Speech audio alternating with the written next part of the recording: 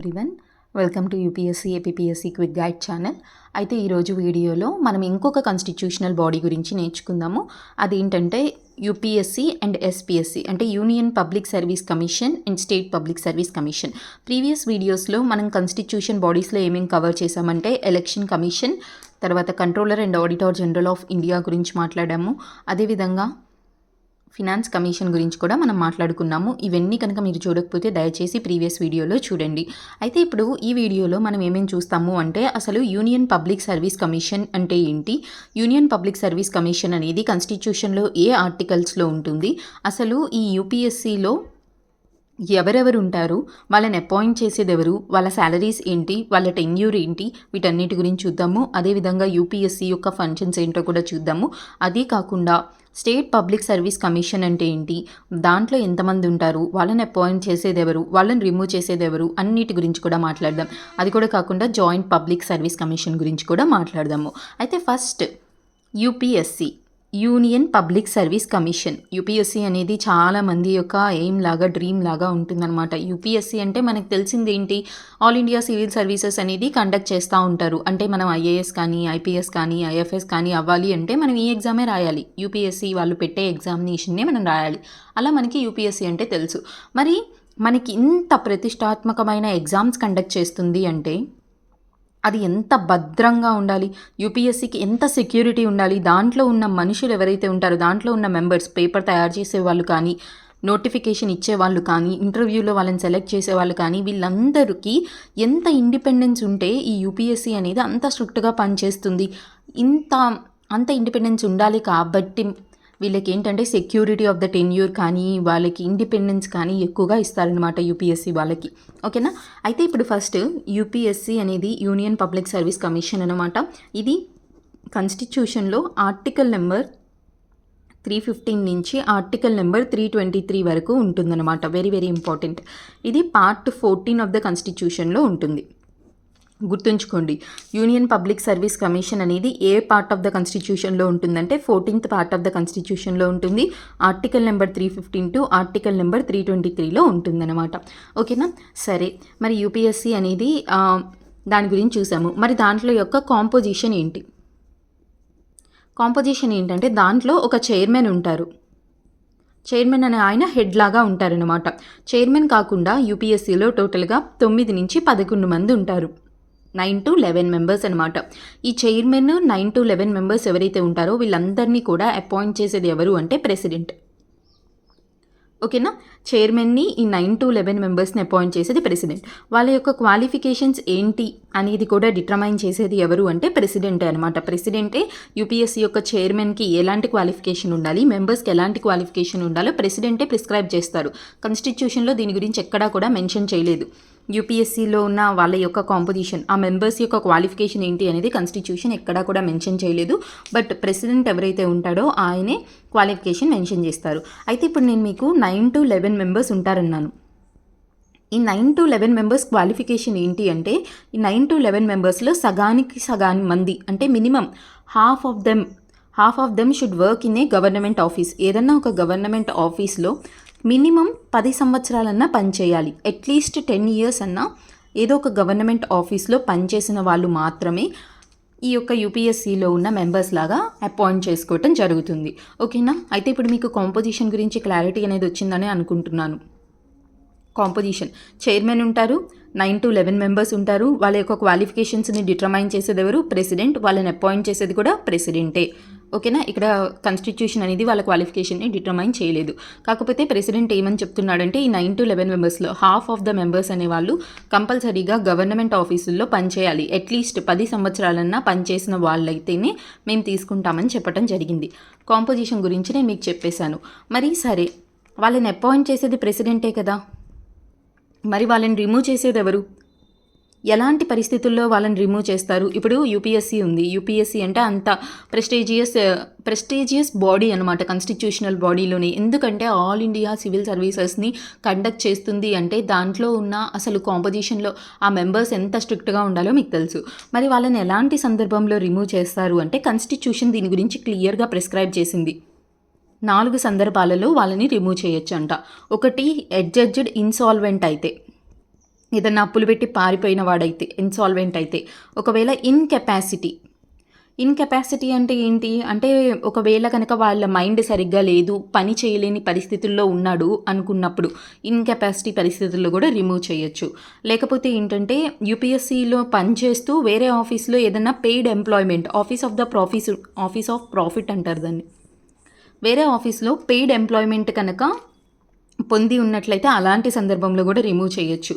అలా కాకుండా ఇంకా మిస్బిహేవియర్, ఒకవేళ ఆయన ఏదన్నా ఒక సందర్భంలో మిస్బిహేవియర్ చేశాడని తెలిసినట్లయితే అలాంటి సందర్భంలో కూడా రిమూవ్ చేయొచ్చు. మరి మిస్బిహేవియర్ అనే ఆరోపణ ఎవరి మీదన్నా రావచ్చు కదా, అలా ఎలా పడితే అలా ఎవరన్నా కానీ మిస్బిహేవియర్ చేశారు అంటే రిమూవ్ చేయడం అంటే కష్టం. కాబట్టి ఈ గ్రౌండ్, మిస్బిహేవియర్ అనే గ్రౌండ్ మాత్రం సుప్రీంకోర్టు ఏదైతే ఉంటుందో సుప్రీంకోర్టు ఎంక్వైరీ చేస్తుంది. ఎవరైనా ఒక పర్సన్ మిస్బిహేవియర్ చేశాడు, నిజంగానే మిస్బిహేవియర్ చేశాడు అంటే సుప్రీంకోర్టు ఎంక్వైరీ చేసిన తర్వాత సుప్రీంకోర్టు ఏదైతే డెసిషన్ ఇస్తుందో ఆ డెసిషన్ అనేది బైండింగ్గా ఉంటుందన్నమాట.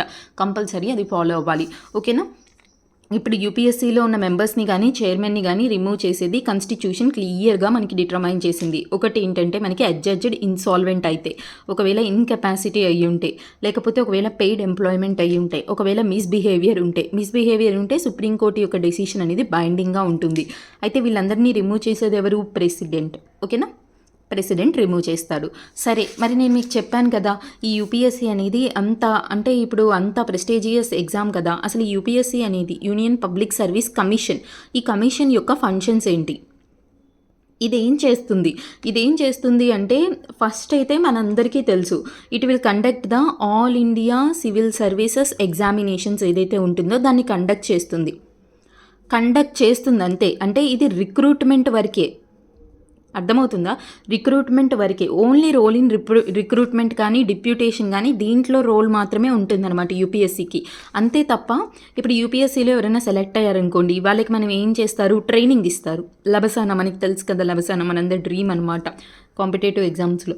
అయితే ఈ ట్రైనింగ్ ఇచ్చేది లబసానా అనే ప్లేస్ అనమాట. ఆ ట్రైనింగ్ ఇచ్చేది మాత్రం యూపీఎస్సీకి సంబంధం లేదు, అది ministry of the personnel and public distribution వాళ్ళు చూసుకుంటారు. కానీ యూపీఎస్సీ యొక్క ఫంక్షన్లో ఫస్ట్ ఇంపార్టెంట్ ఫంక్షన్ ఏంటంటే conducting the all India civil services examination, అంటే రిక్రూట్మెంట్ అనమాట. రిక్రూట్మెంట్కి యూపీఎస్సీ యొక్క ఫంక్షన్. క్వశ్చన్స్ అడుగుతాడు, which of the following below are the functions of UPSC అని చెప్పి కింద రిక్రూట్మెంట్ ఇస్తాడు, ట్రైనింగ్ అని కూడా ఇస్తాడు, ప్రమోషన్ ఇస్తాడు. ఇవన్నీ కూడా ఆప్షన్స్లో ఉండవు, మీరు గుర్తుంచుకోండి. ట్రైనింగ్ ఇచ్చేది ఇప్పుడు యూపీఎస్సీ రిక్రూట్మెంట్ చేసుకున్న తర్వాత ఎవరైతే సెలెక్ట్ అవుతారో వాళ్ళకి ట్రైనింగ్ ఇచ్చే బాధ్యత యూపీఎస్సీది కాదు. వాళ్ళకి ట్రైనింగ్ ఇచ్చేది ఎవరంటే ministry of the personnel and public distribution వాళ్ళు. ఇదేంటంటే కేవలం రిక్రూట్ చేసుకుంటుంది ఎగ్జామినేషన్ కండక్ట్ చేసి. ఇది ఆల్ ఇండియా సివిల్ సర్వీసెస్ అంటే ఏంటి, ఐఏఎస్, ఐపీఎస్, ఐఎఫ్ఎస్ అది కండక్ట్ చేస్తుంది. అది కాకుండా ఇంకా ఇది ఏం చేస్తుంది అంటే, it will also conduct the central government examinations conduct చేస్తుంది.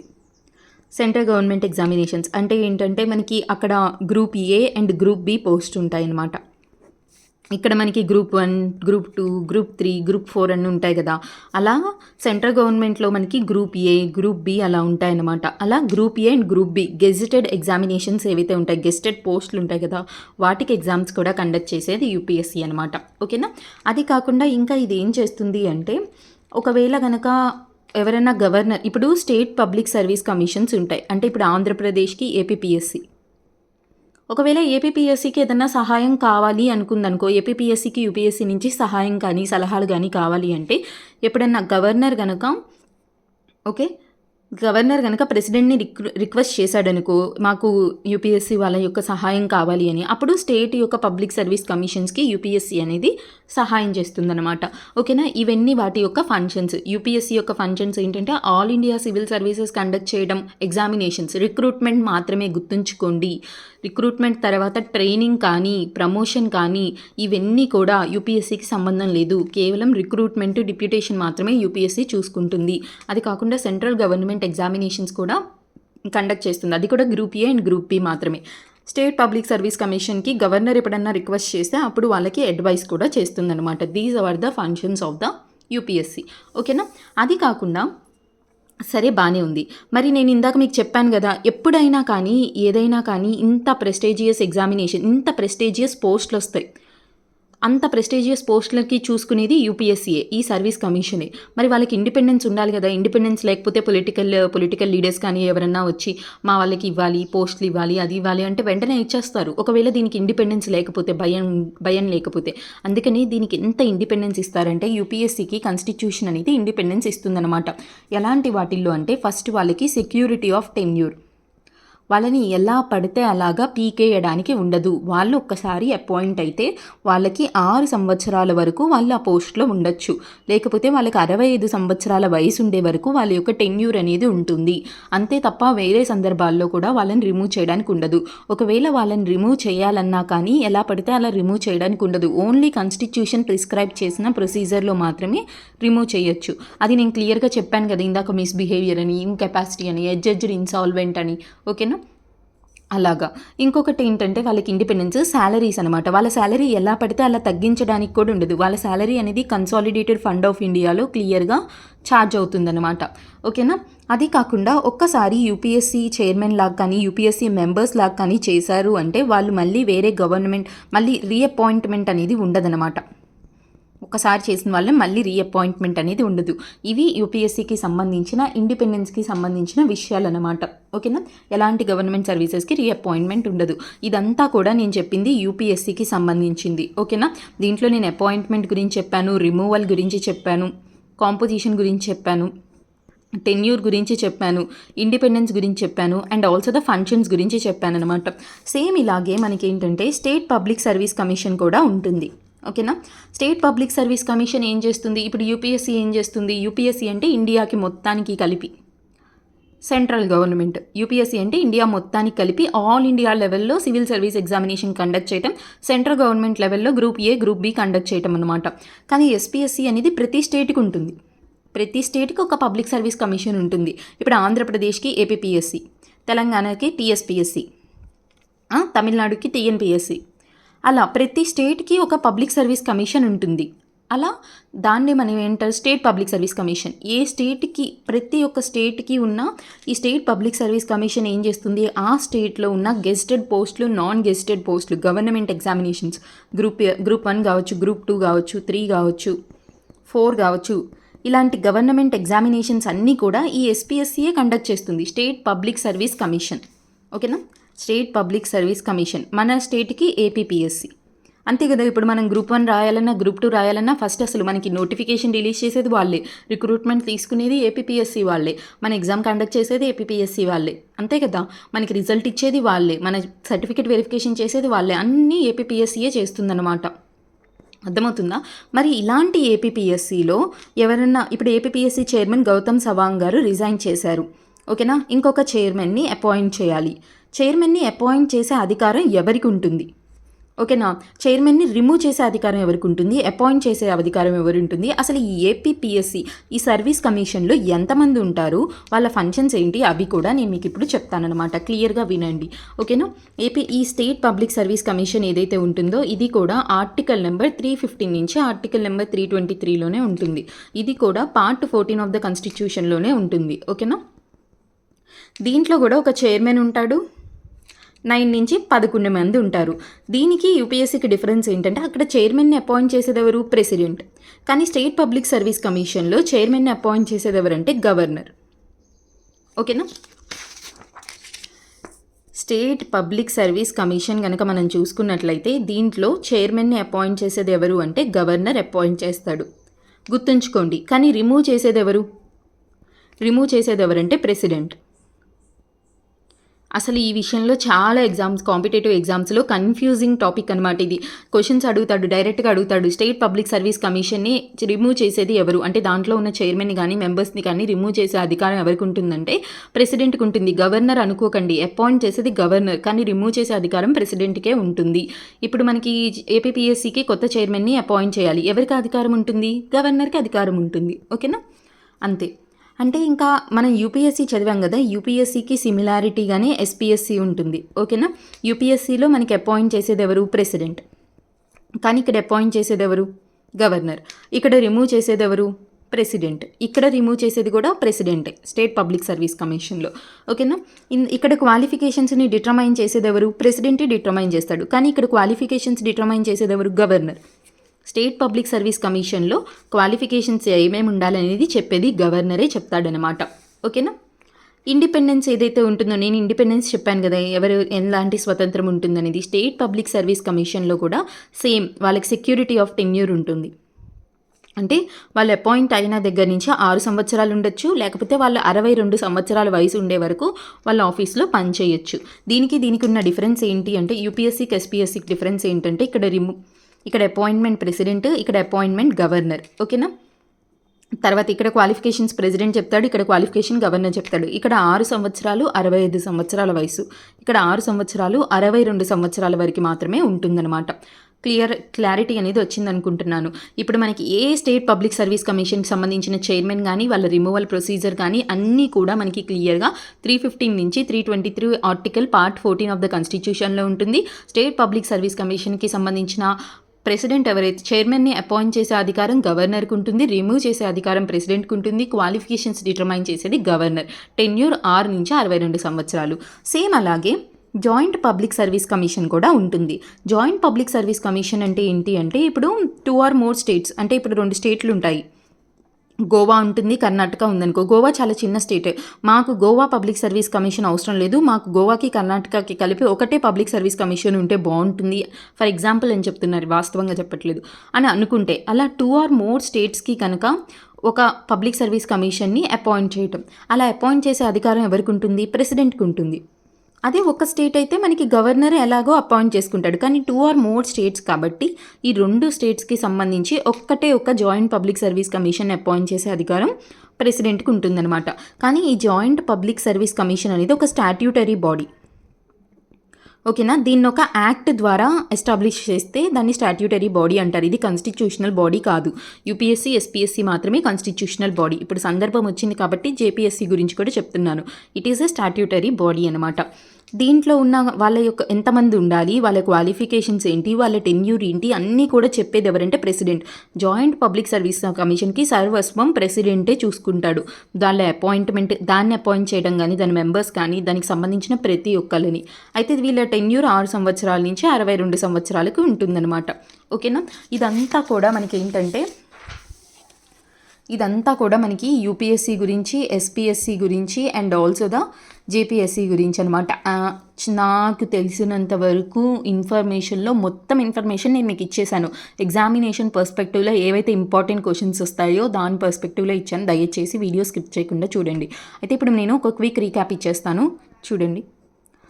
ఫస్ట్ మనకి యూపీఎస్సీ అనేది ఏదైతే ఉంటుందో ఆర్టికల్ నెంబర్ 315 నుంచి ఆర్టికల్ నెంబర్ 323 ఉంటుంది, పార్ట్ 14 ఆఫ్ ద కాన్స్టిట్యూషన్లో ఉంటుందన్నమాట. అయితే యూపీఎస్సీ అనేది ఏదైతే ఉంటుందో దాంట్లో ఒక చైర్మన్ ఉంటారు, 9 to 11 మెంబర్స్ ఉంటారు. వాళ్ళని అపాయింట్ చేసేది ప్రెసిడెంట్, వాళ్ళని రిమూవ్ చేసేది కూడా ప్రెసిడెంటే. రిమూవ్ చేసే ప్రొసీజర్ ఏంటి? అడ్జడ్జ్డ్ ఇన్సాల్వెంట్ కానీ, ఇన్కెపాసిటీ కానీ, వేరే పెయిడ్ ఎంప్లాయ్మెంట్ ఉన్నా కానీ, మిస్బిహేవియర్ అని తెలిస్తే, మిస్బిహేవియర్ అంటే సుప్రీంకోర్టు ఒకవేళ ఏదైనా డెసిషన్ ఇస్తే అది బైండింగ్ అనమాట. ఓకేనా. వాళ్ళు 6 సంవత్సరాల నుంచి 65 సంవత్సరాల వయసు వరకు ఉంటారు. వాళ్ళ ఫంక్షన్స్ ఏంటి? యూపీఎస్సీ యొక్క ఫంక్షన్స్ ఏంటి? All India civil service examinations, రిక్రూట్మెంట్కి సంబంధించి, డిప్యూటేషన్కి సంబంధించి అంతే. ట్రైనింగ్కి సంబంధించి చూసుకునేది ministry of the personnel and public distribution. ఓకేనా. తర్వాత యూపీఎస్సీ ఇంకా central government examinations group A and group B కూడా కండక్ట్ చేస్తుంది. ఒకవేళ గవర్నర్ కనుక ప్రెసిడెంట్ని ఏదన్నా యూపీఎస్సీని సహాయం చేయండి ఎస్పీఎస్సీ కంటే, అప్పుడు యూపీఎస్సీ సహాయం చేస్తుందన్నమాట. యూపీఎస్సీ యొక్క ఇండిపెండెన్స్ ఏంటి అంటే సెక్యూరిటీ ఆఫ్ టెన్యూర్ ఉంటుంది. 6 సంవత్సరాలు 65 సంవత్సరాలు ఎలా పడితే అలా రిమూవ్ చేయడానికి లేదు. కాన్స్టిట్యూషన్ ప్రొసీజర్ని కంపల్సరీ ఫాలో అవ్వాలి. ఓకేనా. వాళ్ళ శాలరీ అనేది కన్సాలిడేటెడ్ ఫండ్ ఆఫ్ ఇండియాలో ఉంటుంది. వాళ్ళకి reappointment to the office of the government service అనేది ఉండదు. ఓకేనా. అదేవిధంగా ఎస్పీఎస్సీ గురించి చూసాము. ఎస్పీఎస్సీ అంటే సేమ్ యూపీఎస్సీ లాగే, కానీ దీంట్లో ఉన్న చైర్మన్ కానీ 9 to 11 మెంబర్స్ని కానీ అపాయింట్ చేసేది గవర్నర్, రిమూవ్ చేసేది ఎవరు? ప్రెసిడెంట్. వాళ్ళ క్వాలిఫికేషన్స్ డిటర్మైన్ చేసేది ఎవరు? గవర్నర్. ఓకేనా.